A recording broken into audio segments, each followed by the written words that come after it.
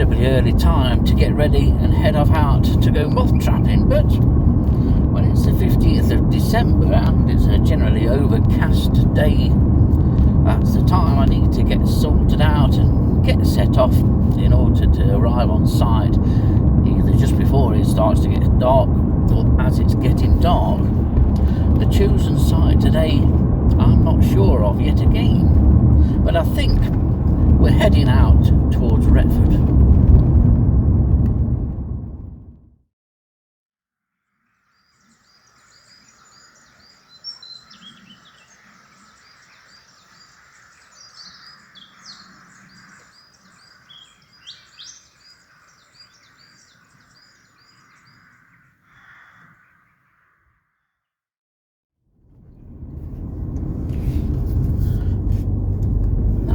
As we're only about a fortnight or so really from the end of 2024 and the start of 2025 and a new mothing year, and that I'm hopeful of getting in another couple of sessions, moth trapping sessions, which will show you what you can expect even from a deciduous woodland site at this time of year.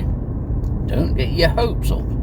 This won't be any half an hour long moth trapping video. Well, I've arrived safely at my chosen destination, which is Treswell Wood. A few months since I last came and trapped here, and I remember that night very well because I was snided out with hornets. I had pot after pot of hornets and not too many moths. It's very still here now. A lot of the birds are starting to go to roost. There's a number of wood pigeons flying about, and got a lovely evening sky. The sun is going down, so it's time I started to get set up and get ready for at least a couple of hours trapping. Temperature on the way here was 11.5. It was forecasted not to go below 11 for the rest of the night, and the heavy cloud that we've had today was forecasted to become a bit lighter, but it is meant to remain cloudy. So we'll see what happens, both weather-wise and on the moth front.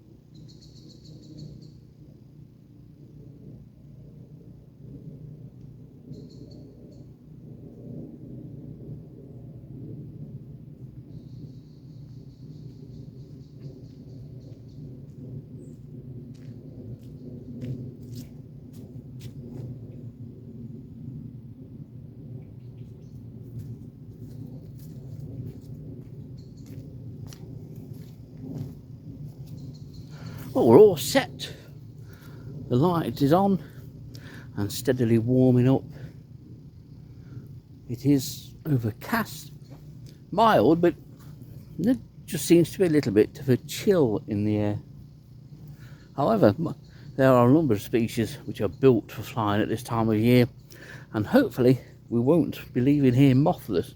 That I very much doubt. We should get the likes of winter moth and December moth, and hopefully mottled umber.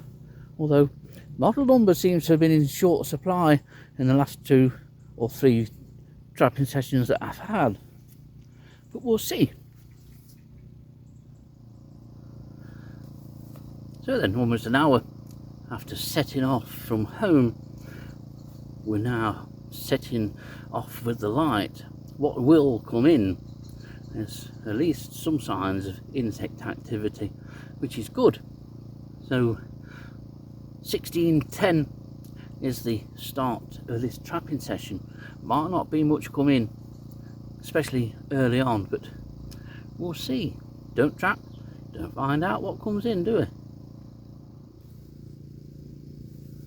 Well, we're about 20 minutes into the session now.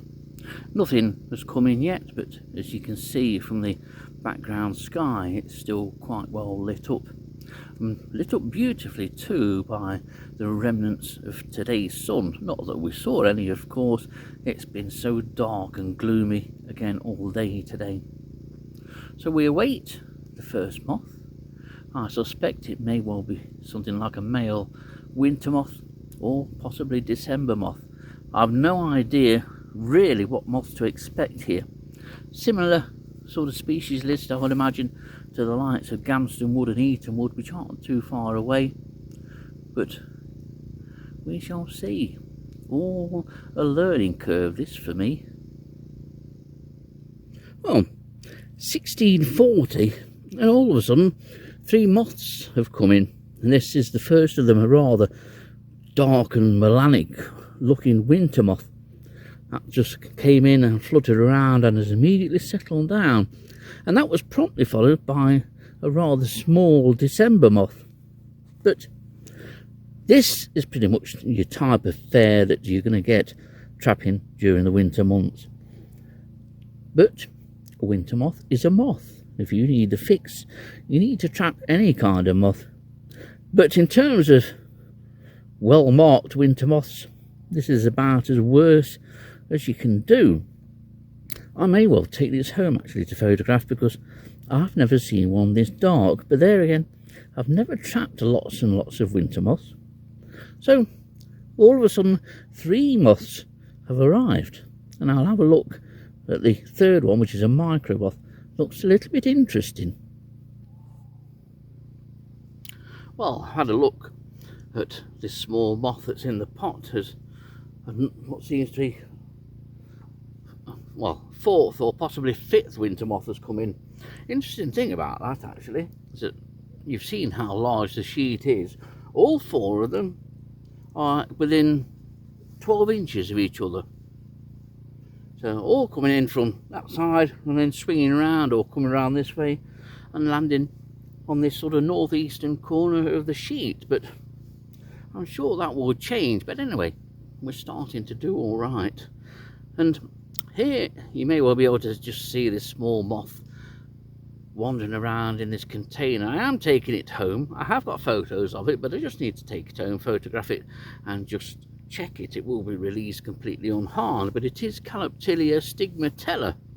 Now, it's not a moth that I've ever caught a great deal in the adult guise, so to speak, but you can very commonly see the larval feeding signs of this species on willows and indeed on sallows too. They make a cone at the end of a leaf, a very distinctive cone, easily noticeable. So I was quite surprised to catch this little chap. That will be going home with me along with that first winter moth. So we're doing all right. I'm happy now that I've caught some moths, and it took about 30 minutes or so, just over, for the moths to come in. And so we should, and hopefully we'll get a decent count of winter moths. Good. It's always nice when you catch a moth, even in the deepest of winter, of which we aren't in yet. Well, I thought I'd show you a more typically marked winter moth, and this is another one of the 4 that are on the sheet. There's a total of 7 knocking about around the light at the moment, and in terms of winter moths, this is as good as you're gonna get. They don't become brightly coloured and don't come in a variety of forms, and I would never ever label any winter moth as being an absolute stonker of a moth. This is as good as they get, and it's quite well marked in comparison to the first one that I showed you. That really is a very dark individual, but most winter moths are like this. But the good thing about these chaps is that you can catch these pretty much over the Christmas period and into the new year.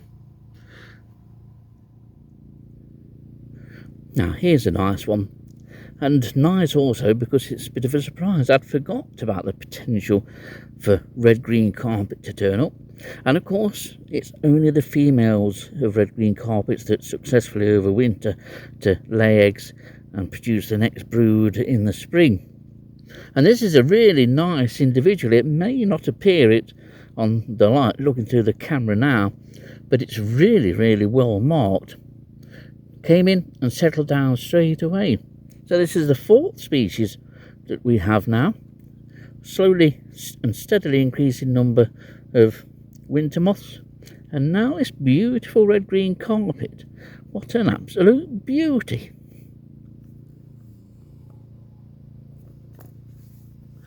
Well, it's now 5:15, so 17:15, which means we've been here for an hour and 5 minutes now, and the moth count has changed quite considerably.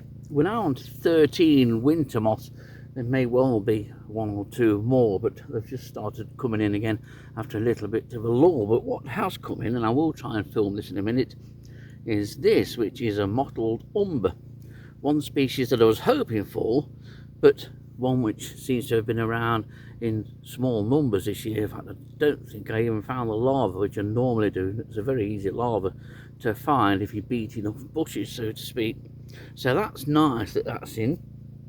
But one unexpected moth that I hadn't even seen come in is a chestnut, and it's tucked up against the side of the box. I may try and dig it out and film it, but if not, here's a nice photo of a chestnut, and that's pleasing. But I would have liked more chestnuts, but we are in the middle of December rather than in sort of February or March. So maybe if I come here again at that time of year in the first couple of months of 2025, we may well get more. So we're not doing too bad now. We're on to 7 species, which is very pleasing. We'll see if anything else interesting comes in. Well, here's that mottled umber. Like many mottled umbers, they're always very nicely marked. Very variable too. I doubt if any 2 mottled umbers are exactly the same. So this is a nice one. This is a male. Again, it's another one of those species which flies during the winter months, and which only the males have wings. The females only have vestigial wings, but can, very much like the winter moth, females can be found resting during the day on the trunks of trees, or even climbing the trees during the dusk period.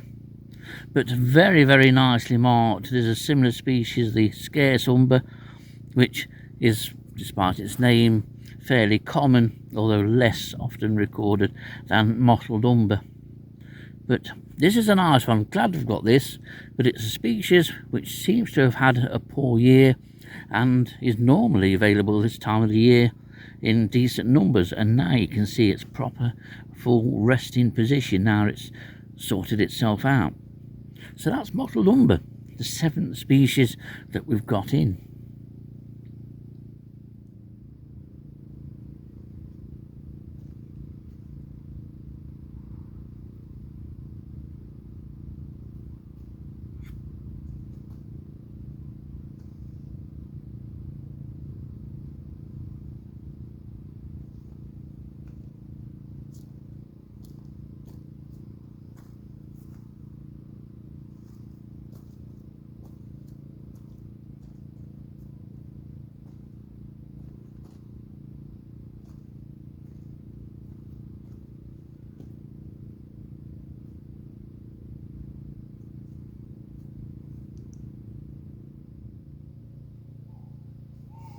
Gone 5:30. Temperature has been at 9 degrees centigrade actually for probably about an hour. It's very quickly dropped down, and that's cooler than what they were forecasting. But I don't think it's making a great deal of difference to the moth totals. I wasn't expecting lots of moths tonight, and to be honest, I've probably had more than what I was expecting. I was even thinking along the range of maybe just 2 or 3 species, despite it being mild and the conditions being really good. So 7 species so far, which does include northern winter moth. I don't think I mentioned northern winter moth so far in the video, so that's pleasing. But certainly winter moth is the commonest. We're now on to 14 winter moths, but the only micro is that Caloptilia stigmatella. I thought may well get an Agonopteryx, perhaps Heracleana, but nothing so far. But a very nice and peaceful night, or evening. Seems like it's late, yet it's only 5:30. One good thing, I suppose, about trapping moths in the winter months is that you can come out to somewhere like this and have 2 or 3 hours and you can still be home by 8 o'clock. No late nights needed during the winter months. Just a quick snapshot of a couple of hours and see what's flying around in your local woodland. Well, a surprise, something of a surprise. In fact, 2 surprises. The same species, the first one of these which came in, isn't the form that I would normally associate with this particular moth, which both these actually are. And it was the second one that came in, which is the normal form of diamondback moth.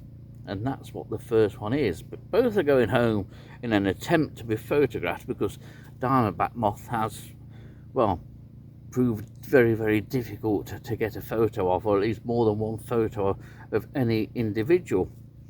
And so hopefully I can photograph this rather different and unusual darker form. But 2 diamondback moths, I never expected them. And if you're wondering why I'm getting excited over 2 tiny moths in 2 pots, well, diamondback moths technically are migrants, although there's a good chance that these have been bred not too far from here. Whether diamondback moth is actually able to survive a Nottinghamshire winter is, well, doubtful, to be honest, because I've never trapped one very early in the year, which would suggest successful overwintering. But however, it's very likely to happen in the near future. So 2 diamondback moths, and that's a big surprise.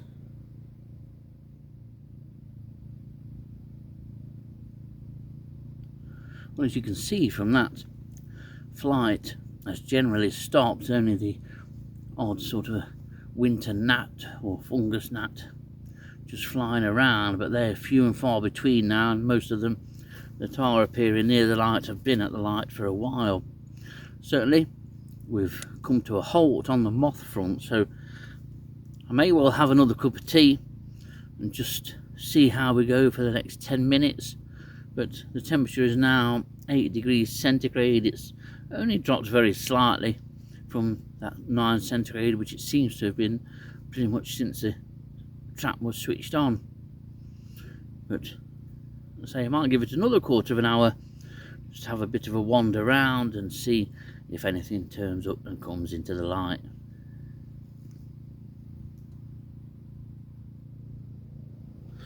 Well, it's just coming up to 6:30, which means I've been here 2 hours and 20 minutes. The temperature's still 8, and if anything, it's probably going to drop down to a degree or so below 8 by the next few hours or so. That's the only disappointing aspect to this trapping session, because the forecasted temperature was 11 degrees centigrade, and chances are it probably is 11 centigrade still in our towns and cities. But I'm pleased to have been able to have at least had mild enough conditions to be able to get out to Treswell Wood here and trap and catch a few moths. Ended up with 15 winter moths and 2 northern winter moths, 2 diamondback moths, Plutella xylostella, and singles of December moth, Caloptilia stigmatella, red-green carpet, chestnut and mottled umber. I can't complain at that, because that's far more than what I was expecting. So, time to pack up and head off home.